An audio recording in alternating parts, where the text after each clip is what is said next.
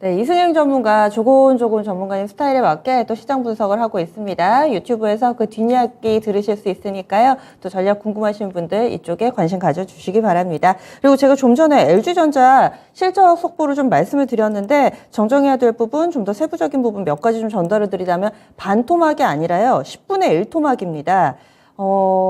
전년 동기에 7,400억이 영업이익이었는데 지금 공하나뺀 가격보다 덜 나왔습니다. 600억대 나왔고 전년 동기에 7천억대 나왔고요. 시장 예상치가 4천억대 중반이었습니다. 쇼크도 이런 쇼크가 없이 좀 차이가 많이 나는데 이와 관련된 증권사 분석이 아마 내일 아침자로 많이 나올 겁니다. LG전자에 대해서는 또 어떤 의견 내놓는지 혹은 시장의 눈높이가 워낙에 좀 낮아져 있었기 때문에 어느 정도 좀 털고 가는 삼성전자와 비슷한 궤적을 그릴지 내일장에 좀 지켜보셔야 될 것 같습니다. 그러면요, 첫 번째 전화 상담부터 좀 해보도록 하겠습니다. 시청자님 안녕하세요. 네, 안녕하세요. 네, 어떤 종목 궁금하세요? 예, K시텍입니다. K시텍 매수가 비중 알려주세요. 예, 23,000원에 10%입니다. 23,000원에 10%. 이 종목 네. 어떤 점이 가장 궁금하세요? 다른 반도체 종목들은 좀 많이 올라오는 것 같은데, 네. 네, 이 종목은 사실 올라오지가 잘 않더라고요, 지금. 그래가지고. 너무 좀 느리고 답답해서, 네. 예, 어떻게 해야 되나 좀 궁금해서 전화드렸습니다. 반도체 좀 많은데 그 중에서 이것을 골라주신 이유가 있으세요? 그냥 재무가 좋아가지고, 예. 그래서 이 종목을 더 매력적으로 보셨군요. 그런데 많이 네. 못 가니까 손실이 점차 커지고 지난 한 해 동안 좀 힘드셨을 것 같은데 올해는 좀 달라질지 저희가 알아볼게요. 네네. 예, 알겠습니다. K시텍이고요. 15,000원대 기록하고 있습니다. 사신 가격이 23,000원에 비중 15%. 김민준 전문가님, K시텍 상대적으로 더 못 가는데 그 원인도 궁금하고요. 이분은 어떻게 해야 될지 가격 전략 세워주세요. 이제 이 K시텍 종목 자체가 우리 시청자님 정확하게 이제 이야기를 하셨는데 좀 답답하셨을 거예요. 재무나 이런 실적 부분은 실질적으로 좀 문제가 없습니다. 밸류에이션도 한 8배 정도 수준이고 항상 영업이익도 괜찮게 나오는 기업이거든요. 이제 CMP 세정장비 쪽하고 소모품 하는 쪽인데 원래 일본 기업에서 이게 히타치에서 계속 수입에 의존을 했었습니다. 근데 이제 국산화를 좀 이루었거든요. 그러니까 K시텍 올라갈 때 보면 주가 차트 모습을 보시게 되면 2021년 4월이지 않습니까? 이때 가장 고점을 찍었잖아요. 우리 기억나시겠지만 이제 2020년 코로나 불고 나서 포토레시스트 국산화 바람 이런 거 있었거든요. 맞아요. 그때 주가가 히트 쳤던 종목들 보면 동진 세미캠 이런 종목, 솔브레인 이런 종목들이 히트를 좀 쳤었는데 대표적 하나 더 붙이면 SNS텍 정도. 그런데 그때는 분위기가 좀 탔었습니다. 실질적으로 K시텍도 굉장히 많이 치고 올라왔는데 그 뒤에 이제 국산화 바람이 좀 잠잠해지고 특히나 이제 CMP 매출이 얼마나 좀 나오냐가 중요한데 이 부분이 올라가고는 있는데 매출액 대비 그렇게 큰 수치는 아닙니다. 1,200억 정도 되거든요. 올해는 조금 더 늘어날 거라는 평가가 좀 많습니다. 왜냐면 반도체 부분의 매출 비중이 K시텍은 80%고 디스플레이가 20%거든요. 디스플레이 업황은 TV 가전쪽이 워낙 잘 안 나가지 않습니까? 기대할 언덕이 없고 올해 이제 가이던스를 영업이익을 보게 되면 작년보다 좀 떨어지거든요. 저는 이쪽이 이제 IT 쪽이 안 좋다고 생각하니까 디스플레이 매출액이 좀 감소하는 부분도 있고요. 또 반도체 쪽은 제가 봤을 때 K시텍 기준으로는 매출액 부분에서 크게 감소하는 것 같지는 않습니다. 삼성전자는 하이닉스를 고객사로 갖고 있고 이 CMP 세정 장비라든지 CMP 이제 술루리라고 하는데 이 부분은 계속적으로 아마 K시텍 매출 비중을 차지하고는 있습니다. 이제 답답함인데 이 부분이 K시텍 자체가 원래 주가 퍼포먼스를 보여줄 때도 막 급등으로 가진 않고요. 2020년, 21년에도 좀 잔잔하게 계단식으로 좀 올라가는 흐름이 원래가 있습니다. 이 종목의 특징인 것 같아요. 거래량도 오늘 그렇게 많지 않고 그렇기 때문에 이제 보유하시는데 좀 어려움이 있으신 거거든요. 근데 종목 자체는 전혀 문제가 없습니다. 이제 비중이 10%시니까 많지는 않아요. 이제 우리 시청자님 고민하시는 게 이런 부분일 거예요. 다른데 현금이 좀 있거나 다른 종목을 10% 정도 갖고 있는데 이제 슬슬 올라왔을 때 거기서 현금화가 좀 되면 이 종목에 조금 물을 타서 단가를 낮춰야 될 것이냐 이제 이런 부분이 고민이 되거든요. 저는 반도체 파트의 K시텍 같은 종목들은 추가 매수를 하는데 문제가 없다고 보여져요. 10% 같은 경우는 현금이 있다면 그러니까 종목이 올라올 때마다 비중을 조금 줄이고 현금을 확보해야 되는 섹터가 있고요. 조금 더 적극적으로 공격적인 매수를 해야 되는 섹터들이 있단 말입니다. 현금이 있든 없건 어찌됐건. 근데 제가 봤을 때 반도체, 자동차, 신재생, 원전 이런 종목들은 눌림목 와왔을 때 적극적으로 공략하는 게 맞거든요. 그래서 저는 추가 매수 의견을 좀 드리고 싶고요. 종목 자체는 문제가 없고 올해 영업이익도 제가 봤을 땐 준수한 수준으로 갈 겁니다. 그렇기 때문에 저는 좀 추가 매수 의견을 드리고 싶습니다. 한 10% 정도는 주가 추가 매수를 하셔가지고 단가를 낮추는 게 좋고요. 그러면 19,000원 선까지 내려오거든요. 거기까지는 충분히 반등 가능합니다. 반등 나왔을 때 이제 뭐 굳이 종목이 좋은데 손절할 필요는 전혀 없는 것 같거든요. 지금 시청자님 제가 봤을 때 보유하신 지 1년 넘었어요. 그렇죠. 네, 그렇기 때문에 1년 뭐 기다렸는데 이제 와서 조금 손절 생각을 하겠다 이럴 필요는 없는 것 같습니다. 이제 18,000원, 19,000원까지 단가 좀 낮춰놓고 올라오면 그때 내가 추가한 비중을 좀 빼서 시간 투자를 더 하든지 아니면 포트 교체를 해가지고 또 다른 섹터로 가보는 이런 방법이 있을 수 있거든요. 저는 보유 의견 드리고 싶습니다. 솔직히 말씀드려서 추가 매수를 좀 안 하게 된다면 제가 봤을 때 23,000원까지도 올라갈 건데 시간 투자를 더 하시는 게 맞고요. 좀 추가 매수를 하게 되면 시간 투자를 조금 더 짧게 할 수 있는 방안이 될 것 같아요. 뭐 제가 봤을 때 3분기, 4분기 정도까지 보유했을 때 무난하게 2만원에서 22,000원까지는 추가 반등 기회를 쓸 수 있을 것 같습니다. 단지 추가 매수를 이제 언제 하느냐 너무 빠르게 하지 마시고 1월, 2월에 걸쳐가지고 조금 무난하게 차분하게 이렇게 비중 추가를 하셔가지고 20%까지 늘린 다음에 최종 매도 목표가는 22,000원으로 설정해 드리도록 하겠습니다. 예. 시청자님, 추가 매수는 좀 생각해 보신 적 있으세요? 네, 그러면 한 가격을 한 어느 정도 내려왔을 때 하는 게 좋겠습니까? 1월에서 2월이라고 얘기를 해주시는데 가격도 한 번 더 들어볼까요, 전문가님? 네, 뭐 제 존재는 아니지만 이제 우리 시청자분들이나 개인 투자자들이 가장 권해하시는 부분이 진입 타점을 이제 추가하면서 칼같이 잡으시려고 하거든요. 근데 이제 어렵죠. AI의 로봇이 아닌 이상은 어떤 전문가도 불가능한데 기술적으로 좀 말씀을 드리면 제가 봤을 때는 15,000원권에서는 추가 매수를 하시는 게 좋을 것 같고요. 15,000원권에서 한 5% 정도 추가 매수를 하시고 저는 뭐 지금 반등이 나오고 있는데 그냥 과다한 낙폭에 따른 반등이라고 좀 보여지고 있거든요. 그렇기 때문에 만약에 15,000원 밑으로 조금 더 한 번 더 흘러내린다 싶으면 다시 5% 정도 이렇게 채워 가시는 게 가격 전략으로 중요할 것 같습니다. 네. 결정하시는데 좀 도움이 되셨어요? 네, 감사합니다. 네. 잘 대응해 보세요. 네. 네. 원래 가능성 없는 종목은 손실 내고 아무리 손실이 크다 하더라도 사실 전문가분들이 더 사세요 이렇게 얘기 잘 안 합니다. 그런데 KC텍은 충분히 좀 내용이 있기 때문에 이럴 때는 평균 단가를 낮춰서 빨리 빠져나오는 이 기회비용, 이 시간이라는 기회비용을 좀 줄일 수 있는 방법을 제시를 해드렸습니다. 심사숙고 해보시고요. 한번 실행해 보셔도 좋지 않을까 합니다. 첫 번째 종목은 KC텍이었습니다. 다음으로는 유튜브에도 종목이 좀 올라오고 있는데요. 골라보겠습니다. 조세현 캐스터. 유튜브를 통해 들어온 종목 진단입니다.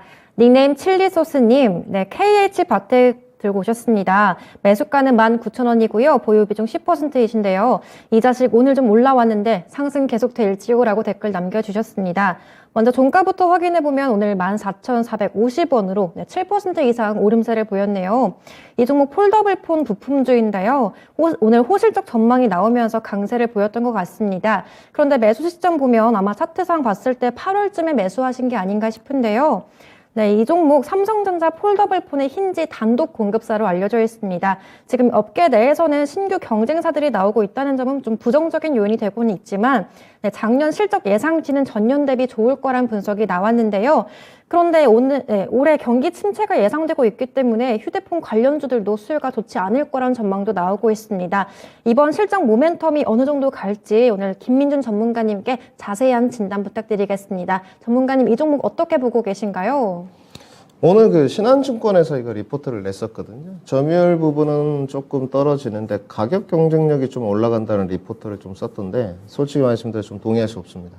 사업 다각화로 해서 이제 외장인지 부분이 하반기부터 히트를 칠 거라고 하는데 원래 스마트폰 쪽은 1, 2분기에 약세입니다. 항상 3, 4분기에 좀 강세고 KH바텍도 3분기 실적은 잘 나왔거든요. 그런 대로 나왔습니다. 4분기 실적은 뭐 아직 요원하지만 제가 봤을 때 지금 나와 있는 가이던스 90억 정도거든요. 근데 올해 360억, 내년에 영업이익이 470억이거든요. 근데 1, 2분기 가이던스가 나와 있는데 60억이 채되지 않습니다. 그러면 3, 4분기 때 410억을 찍어야 된다는 소리인데 글쎄요. 저는 이 부분에 관해서 정말 그만큼 실적을 찍을 수 있을지는 모르겠고 업황에 대한 이제 개선 기대감은 제가 봤을 때 하반기부터 불 수는 있습니다. 매번 나와서 이제 말씀을 드리지만 증시의 바닥 저점은 어디냐 이렇게 봤을 때 저는 제 김민주는 1월부터 3월까지를 좀 보는 쪽이고요.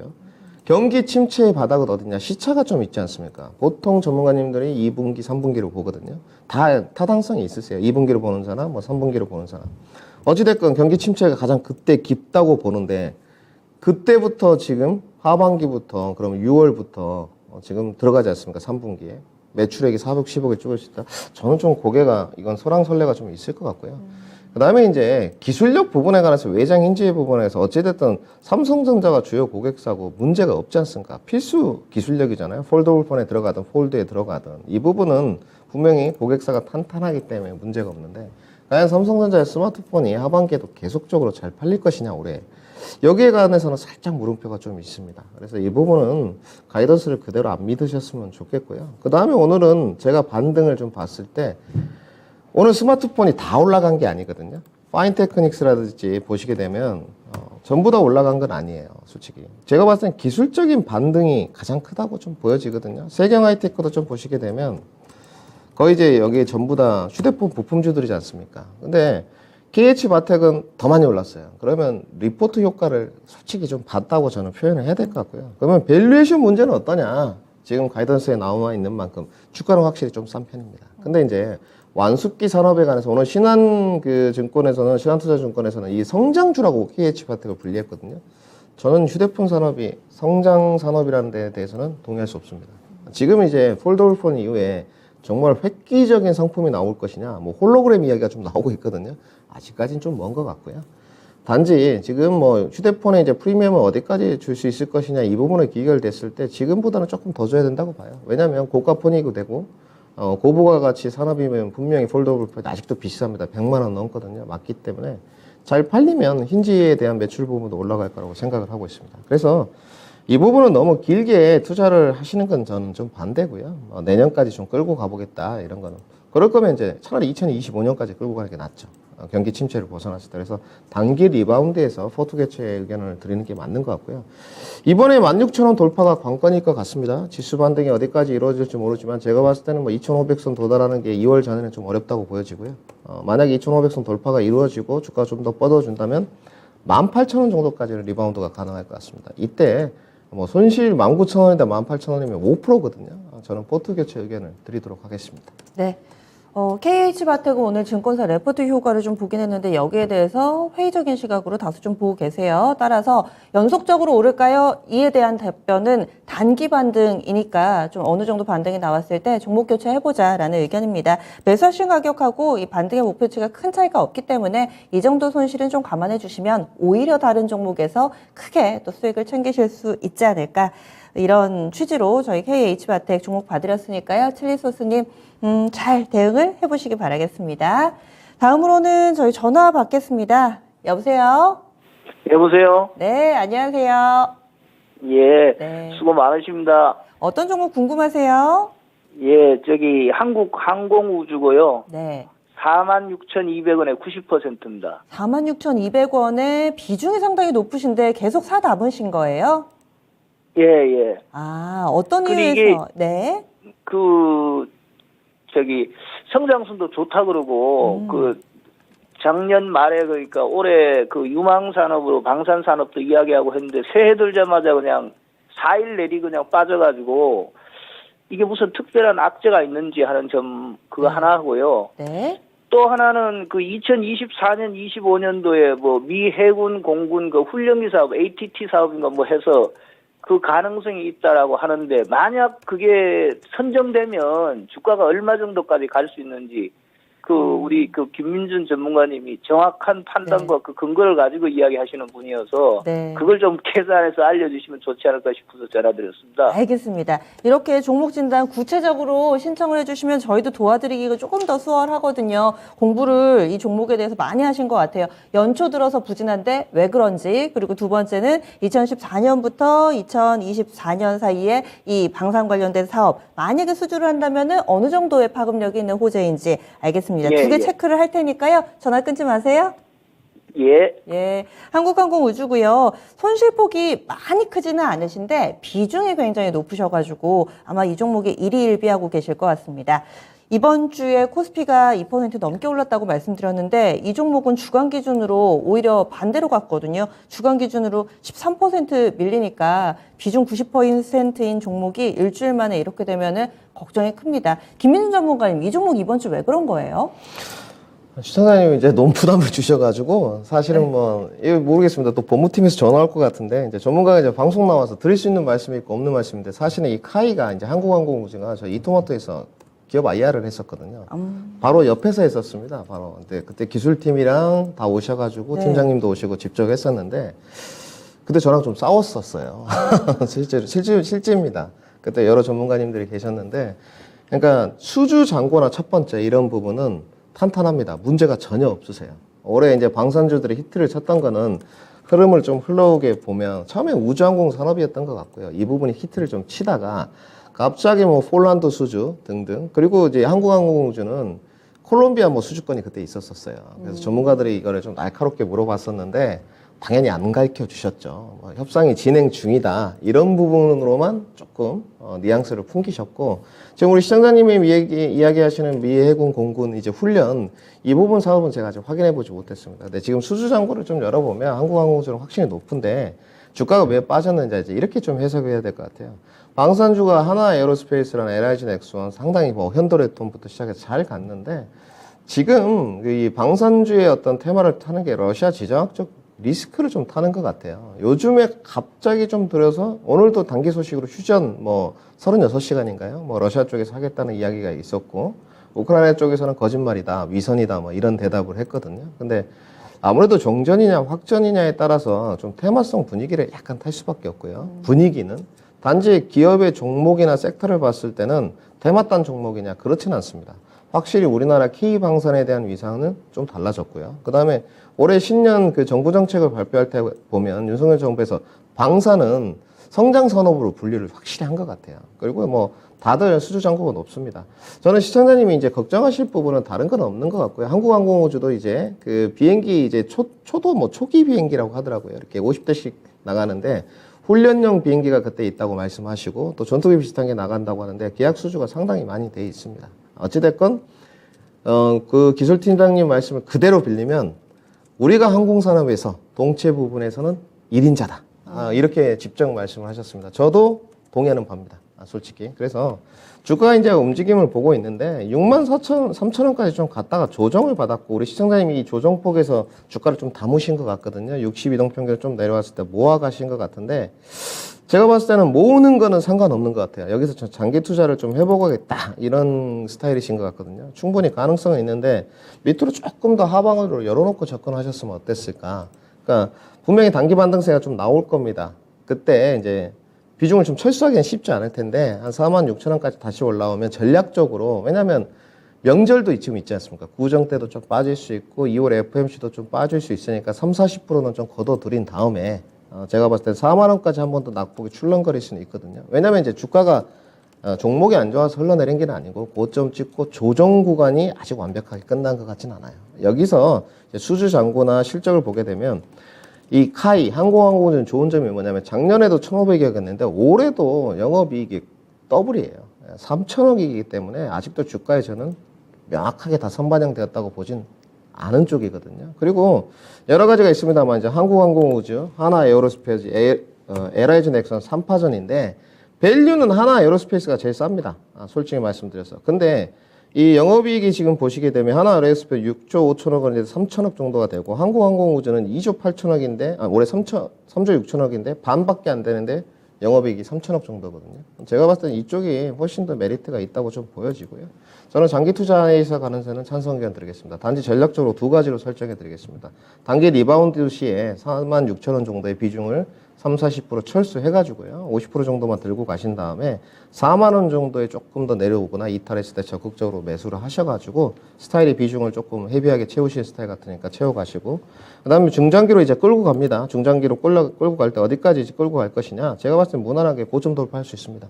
최종 매도 목표가는 7만원 제시도록 하겠습니다. 오, 최종 매도 목표가 7만 원. 아마 이것만 기억하시면 안 될 텐데 저희가 중간에 세워드린 전략을 다 기억하셔야 될 텐데 도움이 좀 되셨어요? 궁금한 점 해소되셨어요?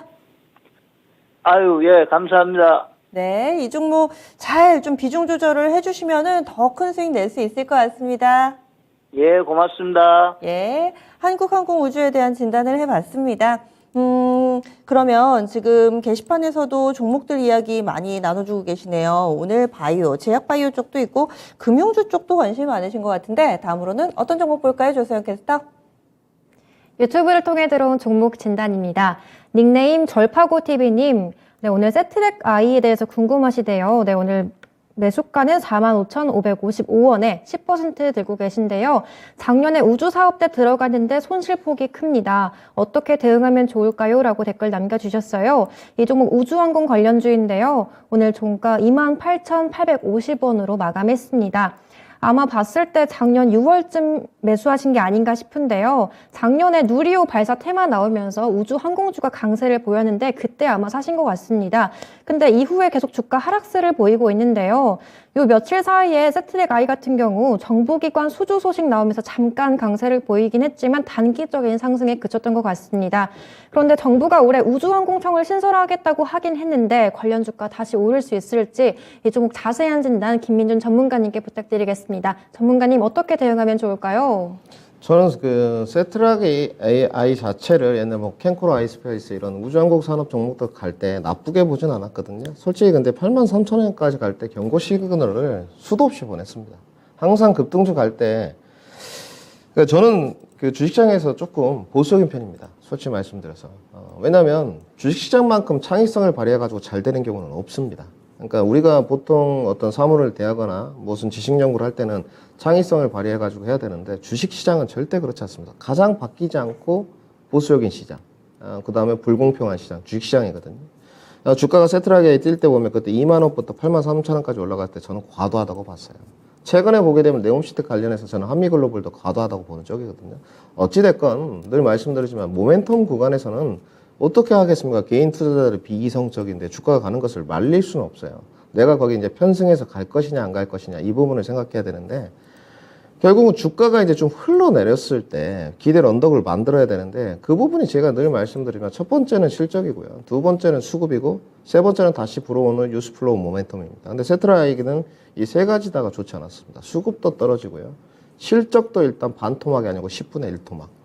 작년에 거의 10억대 매출액 영업이익 찍었거든요. 그 전에는 100억대 찍었습니다. 올해는 제가 봤을 때, 그러니까 작년, 이제 2022년 비교하면 적자 찍을 확률이 높습니다. 수주 잔고를 좀 보게 되면 최근에 122억 계약을 했던데 1년 단기 계약이 아니고 2026년까지 계약이에요. 그래서 올해 받는 금액이 뭐 30억 정도밖에 채 되잖아요. 그러면 별 의미가 없죠, 지금. 세트라가의 매출을 좀 보시게 되면 제가 급하게 이제 하나만 내려봤는데 2021년에 700억 찍었었거든요. 지금 영업이익이 일단 감소했단 말입니다. 그럼 외형 성장은 지금 안 되고 있잖아요. 그러면 작년에 지금 제가 봤을 때 지금 나온 게 계산해 보면 한 610억 정도 찍었거든요.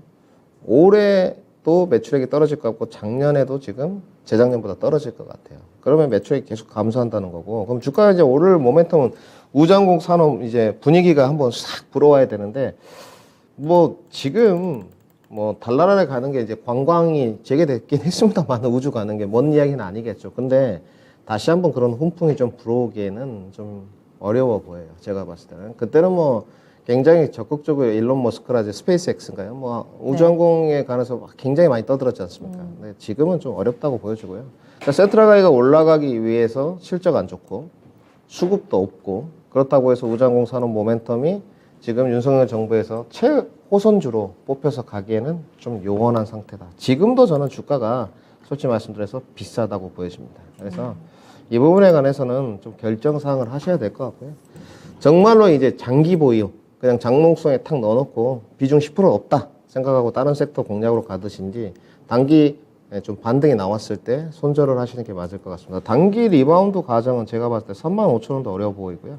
33,000원 정도까지는 단기 리바운드가 나올 것 같다. 저는 33,000원에서 단기로 보실 때는 포트 교체 의견을 드리도록 하겠습니다. 이 종목만 그러신 거예요? 아니면 우주 항공 쪽 올해는 지난해와 같은 퍼포먼스는 좀 힘들다라는 의견이세요? 네, 전체적으로 한 종목 더 보시면 우리가 캔코로 ISPS를 이제 봐야 될 것 같은데요. 네.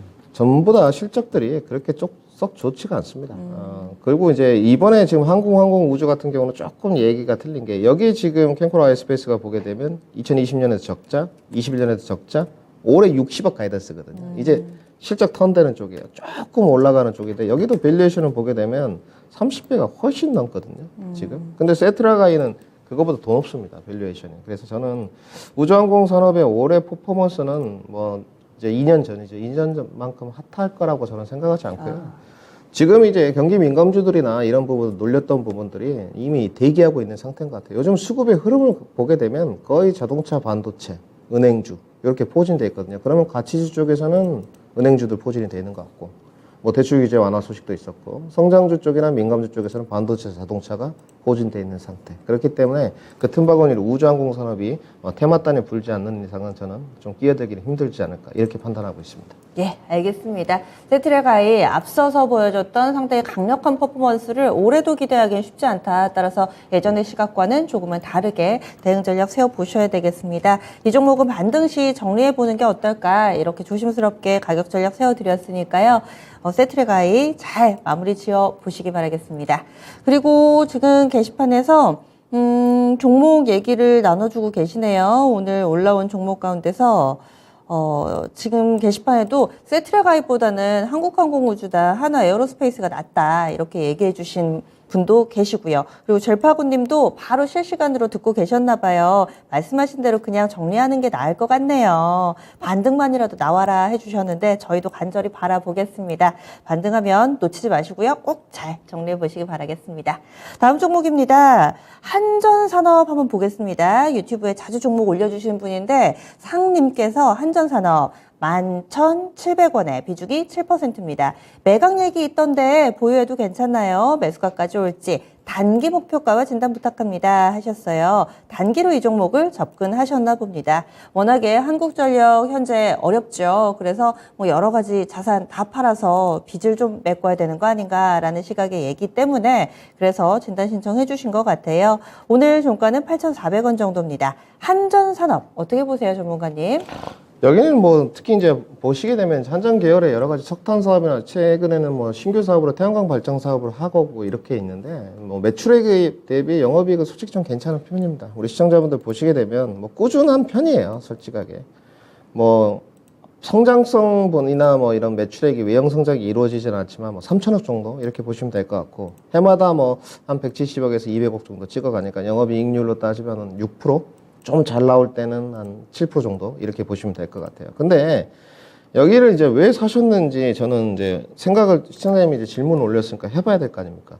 기술적인 부분을 보고 산 건가? 아니면 이제 우리 시청자님 많아서 매각 이슈를 보고 사셨다고 하는데 저는 매각에 관해서 여러 가지 이제 이야기가 나와요. H&M도 이제 매각 이슈가 있거든요. 근데 정말로 매각이 될 수 있느냐의 부분에서 전문가한테 물어본다면 저는 이 부분에 관해서 확답을 못 드릴 것 같습니다. 정말로 이제 매각이 이루어지고 나서 그 이야기가 나와야 되는데 그러면 매각 이슈가 있다고 하면 퍼포먼스를 좀 타야 되지 않습니까? 근데 지금 한전산업이 퍼포먼스를 탔다? 이렇게는 저는 보여지지 않거든요. 왜냐하면 지금 유동주식수가 2,200만 주인데 거래량을 보게 되면 500만 주가 넘어간 적이 없습니다. 작년 3월에 딱 한 번 1,800만 주 거래량 터졌거든요. 그때 주가가 17,000원이었어요. 그럼 그 뒤로는 제가 봤을 때 매각 이슈 때문에 거래량이 좀 활발하게 붙고 수급가 매기가 왔다고는 표현을 못할 것 같아요. 단지 뭐 이거를 이제 가치주 쪽으로 좀 본다거나 신규 사업 부분이 신사업 다각화 뭐 이런 쪽으로 봐서 밸류에이션 대비 뭐 영업 실적 대비 주가가 좀 싸다 이런 식으로 이제 바람이 불면 모르겠는데 이거는 이제 우리 시청자님이 이렇게 접근하셔야 될 것 같아요. 비중이 7%인데 이거 물타기는 하지 마시고요. 좀 한번 이제 뉴스플로가 매각 이슈가 확 불었을 때 이제 뭐 경제방송이라든지 이럴 때 막 나올 때가 있거든요. 장 아침부터. 그러면 거래량이 좀 급증하면서 이제 한방 슈팅이라고 하죠. 이럴 때 저는 빠져나오시는 게 좋을 것 같아요. 여기는 분류가 성장주로 좀 하기도 그렇고요. 일단 뭐 신재생에너지의 성장 산업을 다각화해가고는 있으나 지금 그렇게 분류하기도 좀 그렇고 그리고 가장 궁극적으로 분류를 해줄 수가 없는 게 매출액 성장이 이루어지지 않지 않고 있습니까? 그래서 이 부분에 관해서는 상승 모멘텀을 기대는 게 그 우리 시청자님이 알고 있는 매각 이슈가 정말로 뉴스플로에서 직접적으로 좀 언급이 됐을 때 저희 박성장 앵커님에서 오늘 아침 이야기 뭐 안 나왔지 않습니까? 지금은 다른 분이 권미라 앵커님 하시지만 그럼 안 나왔다 그러면 아침부터 이슈가 안 된 거예요. 웬만한 그 나오는 중요한 이슈들이 다 다루기 때문에 그래서 제가 봤을 때는 단기 리바운드 과정만 보시는 게 좋을 것 같고요. 지금 주가 차트 모습으로는 9,500원을 넘어가기도 좀 어려워 보입니다. 제가 봤을 때는 힘이 좀 없어요. 거래량이 좀 붙어야 되는데 아마 시청자님도 그 생각을 하실 거예요.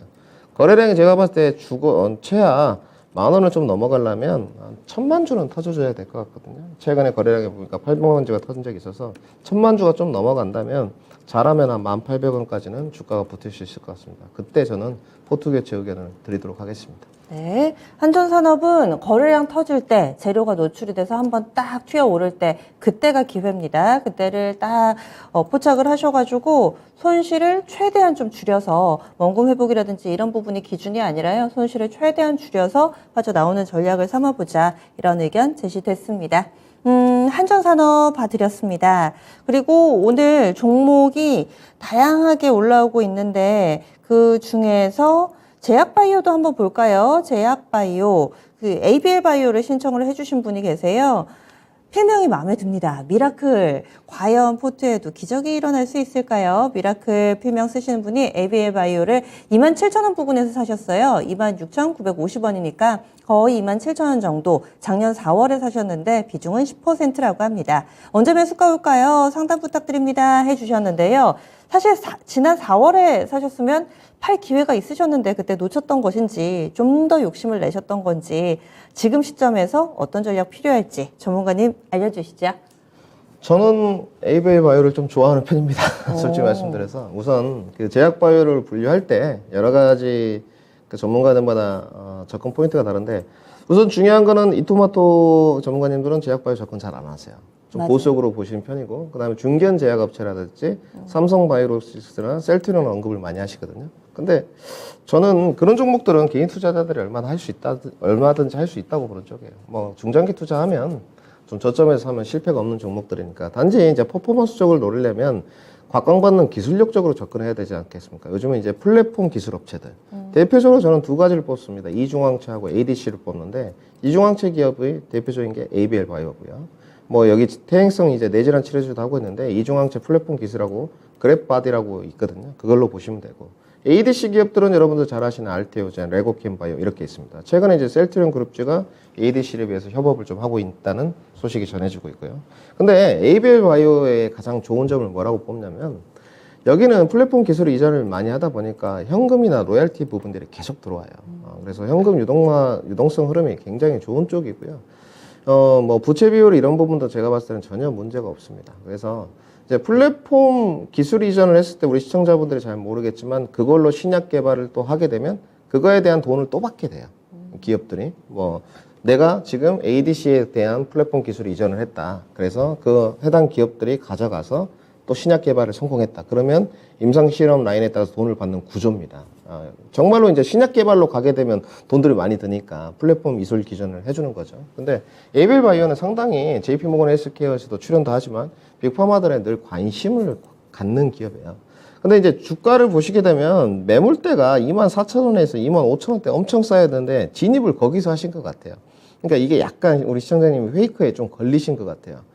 뭐 4월 정도에 공략을 하실 것 같거든요. 제가 봤을 때 4월 아니면 6월 정도에 공략을 하셨는데 그때는 이평선들이 좀 정리가 되면서 위로 주가가 좀 가지 않을까 이런 생각을 하신 것 같아요. 특히나 뭐 이제 JP모건 헬스케어뿐만 아니고 에이벨 바이오는 이중 항체 쪽이니까 AACR 이럴 때도 부각이 많이 되거든요.